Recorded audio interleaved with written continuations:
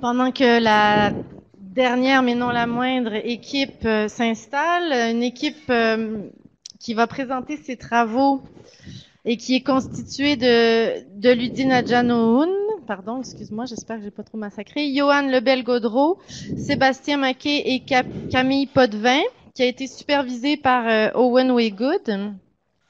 Une équipe qui a sondé et étudié, si je comprends bien, les magasineurs et les déambulateurs. Sur les rues, on y revient Saint-Jean, Saint-Vallier-Ouest et Cartier. Il y avait des gens à l'extérieur qui étaient très préoccupés par Saint-Jean. On espère qu'ils sont bien à l'écoute. Puis vous en tirez des constats sur l'expérience de ces lieux puis la manière d'améliorer la mobilité, puisque c'est l'essai-lab mobilité. À vous la parole. Donc, bonjour à toutes et à tous. Nous sommes la dernière équipe, mais nous sommes honorés de vous présenter le travail que nous avons effectué au cours de cette année. Donc, comme Geneviève l'a dit tout à l'heure, nous étions supervisés par le professeur Owen Waygood. Notre travail portait sur les artères commerciales de la ville de Québec, donc entre proximité, accessibilité et fréquentation. Nous allons commencer par une partie méthodologique, donc c'est-à-dire la problématique, les objectifs, le cadre conceptuel et la collecte de données, pour ensuite vous présenter les facteurs clés de la fréquentation que nous avons identifiés et ensuite développer le concept d'indice d'attractivité et émettre les recommandations d'aménagement. Parmi les rues commerciales de la ville de Québec, nous en avons sélectionné 3. Donc l'avenue Cartier dans le quartier Montcalm, la rue Saint-Jean en dehors des fortifications dans le quartier Saint-Jean-Baptiste, donc entre l'avenue Salaberry et l'avenue Honoré-Mercier, et la rue Saint-Vallier-Ouest dans le quartier Saint-Sauveur entre la rue Marie de l'Incarnation et le boulevard Charret. Les rues commerciales jouent un rôle déterminant dans la vitalité économique locale et la vie de quartier. Cependant, face aux centres commerciaux, la concurrence est rude. C'est pourquoi nous nous sommes questionnés sur les moyens d'aménager les rues commerciales pour les rendre plus attrayantes. Nous étions donc fixés 5 objectifs: connaître les habitudes de magasinage et de déplacement des clients de la ville de Québec, mais aussi en savoir davantage sur la perception, notamment par rapport à l'ambiance. Enfin, identifier les facteurs clés de la fréquentation. Pour ce faire, récolter des informations propres au contexte et émettre des recommandations d'aménagement. Dans la littérature, il y avait plusieurs thématiques. Nous avons donc identifié la fréquentation comme indicateur de l'attractivité pour la suite du travail. La fréquentation est liée à 4 paramètres que sont les aménagements, les usages, le bien-être et l'accessibilité. Les aménagements font référence aux propriétés physiques de la rue commerciale, donc la présence de stationnement, de mobilier urbain. Pour les usages, on parle davantage du contexte d'insertion de la rue commerciale, donc la densité de population autour ou alors le type de commerce qui sont présents. Pour le bien-être, nous faisons allusion à la perception des clients, notamment en termes de sécurité et la possibilité de faire des contacts sociaux. Et enfin, l'accessibilité, la possibilité, la capacité et la facilité de se rendre sur une rue commerciale. 3 sources d'informations ont été utilisées. Nous avons utilisé les déplacements de l'enquête origine-destination de la ville de Québec de 2011. Uniquement les déplacements liés au magasinage ont été conservés. Cette base de données nous a permis de faire ressortir les informations en rapport aux caractéristiques sociodémographiques des ménages. Cependant, les aspects plus en rapport avec la perception n'étant pas abordés, nous avons décidé de créer 2 sondages. Entre le mois d'octobre et le mois de novembre 2016, nous nous sommes rendus donc directement sur les rues afin d'avoir un contact avec les clients. Ceux-ci ont ainsi pu nous renseigner sur les modes de transport utilisés pour se rendre sur les rues commerciales, les origines de ces déplacements, la perception et la fréquentation moyenne mensuelle. Ensuite, entre le mois de novembre 2016 et le mois de janvier 2017, nous avons mis en ligne un sondage. C'était pour compléter nos informations. En plus de traiter des modes de transport, les aspects liés à la perception, notamment les aménagements appréciés ou bien à améliorer, et notamment le coût du stationnement. Donc, voici nos résultats. Le premier facteur clé que nous avons identifié est l'aménagement. Il se décline selon 2 catégories, les éléments appréciés et les éléments à améliorer. Donc là, sur la diapositive, Les aménagements sont classés selon la récurrence, c'est-à-dire que le premier point est celui qui a été mentionné le plus de fois dans les commentaires. On prévoit que les espaces publics reviennent à chaque fois et on dénote aussi le franc succès qu'a eu le spot l'été passé. De plus, les aménagements dédiés aux piétons, le mobilier urbain ou la présence d'éléments artistiques comme les fameux lampadaires sur l'avenue Cartier sont revenus dans les commentaires. Pour les éléments à améliorer, le manque de verdure et de végétation est le point faible des rues commerciales. Et aussi, on note que l'ajout de mobilier urbain ou bien d'espaces beaucoup plus larges pour les piétons et enfin l'infrastructure pour les cyclistes nous a été suggérée. Les usages. Lorsque les rues commerciales sont considérées comme des lieux de magasinage au même titre que les centres commerciaux, elles sont plus fréquentées. Ainsi, une personne ayant répondu avoir l'intention de magasiner sur la rue commerciale lors du sondage en personne se rendait 11,7 fois par mois sur la rue, contre 7 pour une personne ayant répondu par la négative. De plus, les commerces alimentaires, dépanneurs et lieux de restauration. Nous avons regroupé les bars, restaurants et cafés sont plus fréquentés que les lieux de service ou commerces de détail. Pour le bien-être, parmi toutes les variables qui étaient relatives au bien-être, deux ont finalement un impact significatif sur la fréquentation. Les rues commerciales ne doivent pas être uniquement considérées comme des lieux de transit, mais des milieux de vie à animer. Ainsi, 28,7% de nos répondants, lors du sondage en personne, ont déclaré avoir rencontré quelqu'un qu'elles connaissaient. De plus, le sentiment de sécurité. Le sentiment de sécurité a vraiment un impact sur la fréquentation. Nous avons ici un graphique permettant de visualiser le sentiment de sécurité moyen lors des déplacements sur les trottoirs. Ici, la rue Saint-Vallier-Ouest est jugée moins sécuritaire que les deux autres, ce qui soulève une problématique, notamment quand on sait que la perception de la sécurité de la part d'un individu influencera grandement la fréquentation de la rue Saint-Vallier. Je vais laisser la parole à Sébastien. Merci, Ludine. Alors, nous, ensuite, on s'est interrogé aussi à la question du stationnement, étant donné que c'est un élément qui revient souvent dans le discours des commerçants, comme quoi le stationnement est nécessaire à l'attractivité d'une rue commerciale.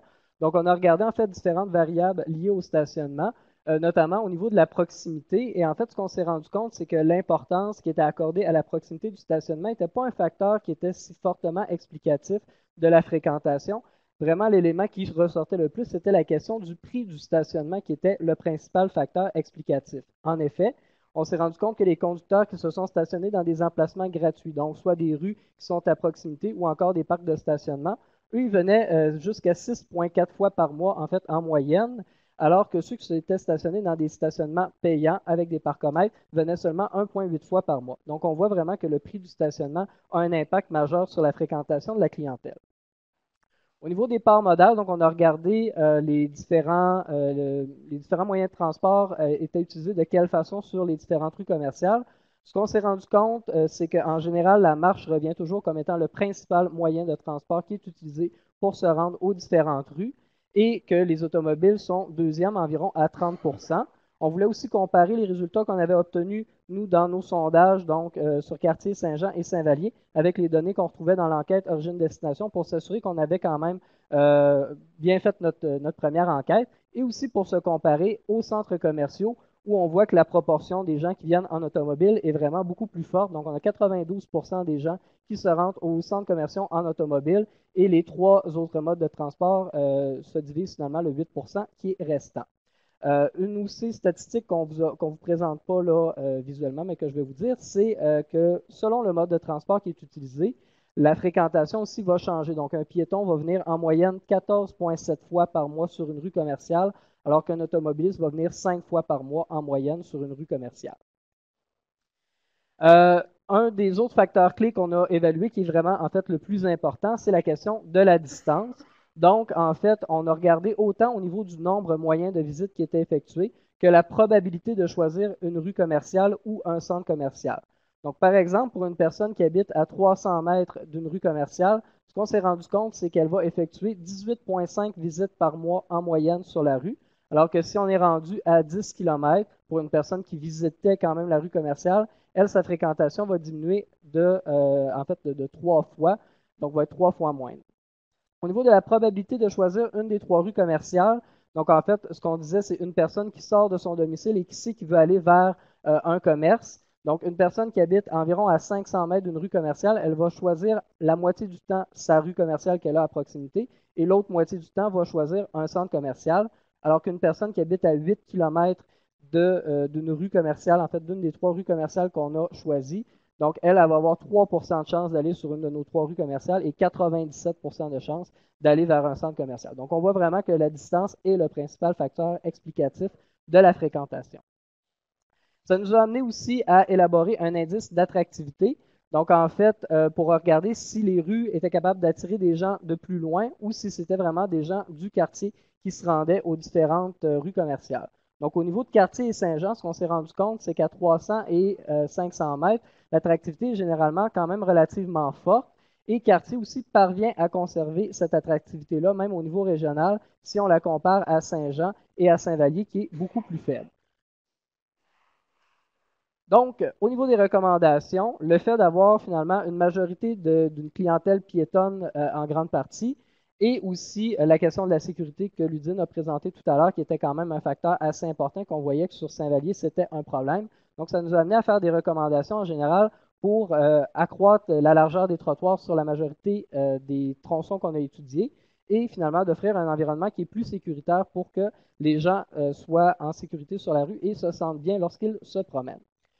Un autre élément aussi qu'on voulait mentionner, c'est par rapport au parcomètre, parce qu'on sait que c'est quand même un des éléments qui fait le plus, sur lesquels on laisse le plus d'attention. Donc, en fait, c'est ce qu'on voulait essayer d'obtenir. C'est un taux d'utilisation moyen d'environ 85%. Alors, c'est possible qu'à certains moments de la journée, un taux horaire de 2,50, qui est celui qui est appliqué présentement à la grandeur de la Ville de Québec, ça se peut que ce soit justifiable à certains moments de la journée lorsque la fréquentation est plus forte, mais qu'en fait, à d'autres moments de la journée où la fréquentation est plus faible, il faudrait peut-être penser à diminuer ce tarif afin d'arriver en fait à un taux d'utilisation qui est toujours de 85%. Alors, plus concrètement, au niveau des recommandations physiques, qu'est-ce qu'on vient faire? Alors, sur l'avenue Cartier, un des problèmes majeurs qui nous a été transmis par les répondants à notre sondage, c'était qu'il y avait énormément de problèmes de vitesse, en fait, entre Laurier et le boulevard René-Lévesque. Donc, on vient implanter 2 traverses piétonnes surélevées pour forcer les gens à diminuer leur vitesse et aussi offrir une meilleure priorité aux piétons à ces intersections-là. Ici, là, on est en face des halles du petit quartier. Donc, une traverse piétonne, ça ressemble à quoi?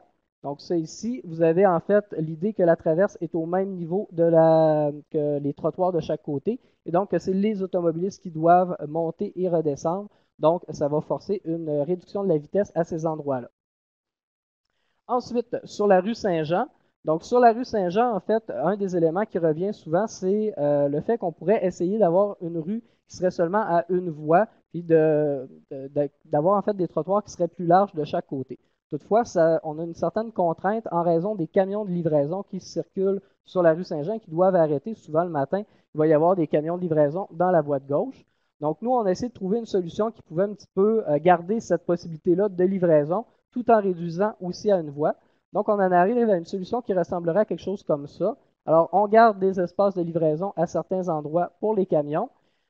Et en fait, on vient réduire la largeur à une voie. Et aussi, on vient mettre l'ensemble de la rue au même niveau pour avoir un espace qui est plus partagé entre les différents modes de transport. On vient aussi, en même temps qu'on élargit les trottoirs, rajouter des éléments de mobilier urbain, de la végétation, des bacs de fleurs. Donc, on vient en fait aussi enjoliver la rue par rapport à la situation qu'on a actuellement.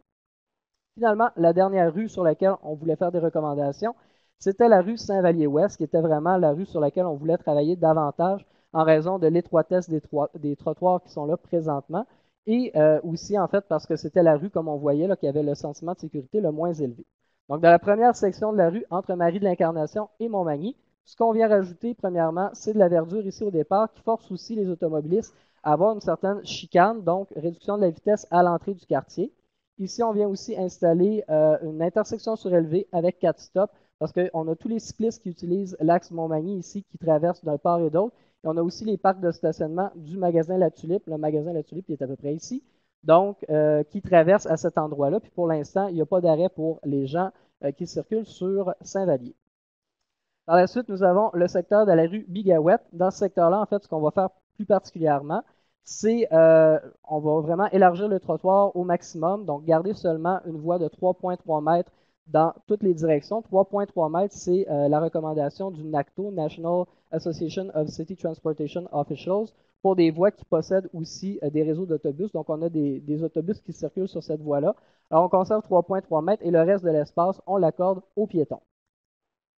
On a ensuite le secteur de la rue du Rocher et de la rue Carillon. Donc, face au parc du Rocher, pour l'instant, la voie est extrêmement large. Ça, c'est ça à quoi ça ressemble présentement. Donc, on a 2 voies de stationnement et 2 voies de circulation. Et même la voie de circulation, là, on voit qu'elle est quand même extrêmement large, même s'il y a une auto qui est stationnée à droite.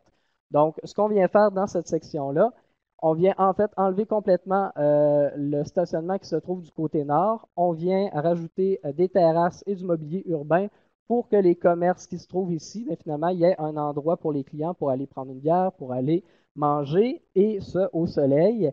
Et aussi, l'autre intervention qu'on vient faire, c'est au niveau de la clôture qui, pour l'instant, ceinture le parc du Rocher.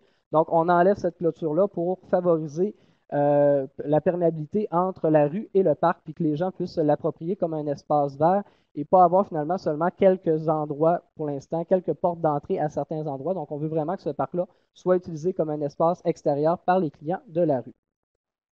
On termine avec la dernière section entre la rue Père-Grenier et jusqu'au boulevard Charret. Donc, on vient en fait ici faire la même sorte d'intervention qu'on voulait faire sur la rue Saint-Jean, donc de mettre les trottoirs au même niveau que la rue. Et l'autre élément qu'on vient rajouter, c'est un marquage artistique sur la rue qui pourrait se poursuivre sur la rue Saint-Joseph-Ouest. Donc, pour vraiment amener une connectivité entre la rue Saint-Joseph qui fonctionne quand même relativement bien et qu'en fait, les clients de ces 2 rues-là puissent partager, que ça devienne une grande rue commerciale pour toute la basse ville de Québec.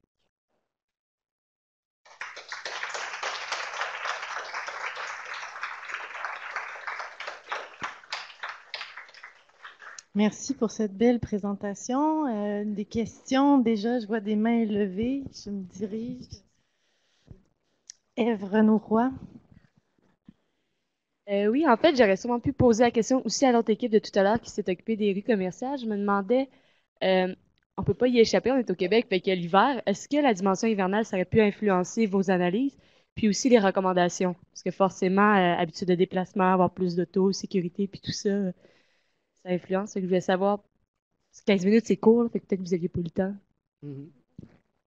Ben, en fait, au niveau du contexte hivernal, justement, le fait d'élargir les trottoirs, parce que pour l'instant, par exemple, sur Saint-Vallier, les trottoirs là, sont à peu près 1 mètre, 1 mètre 20.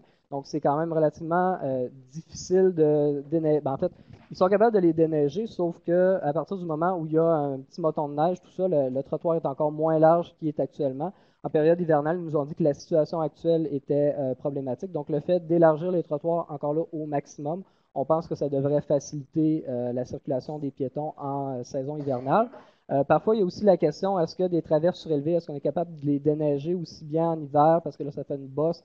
Mais en fait, l'expérience nous dit, par exemple, que les endroits qui ont des dos d'âne, il n'y a pas de problème de déneigement particulier. La gratte est capable de remonter puis de gratter finalement la bosse aussi bien qu'une rue ordinaire. La deuxième question, là, je ne me rappelais plus c'était quoi. Il y avait deuxième section. Non, OK. Bonjour. Bonjour, mais super belle présentation.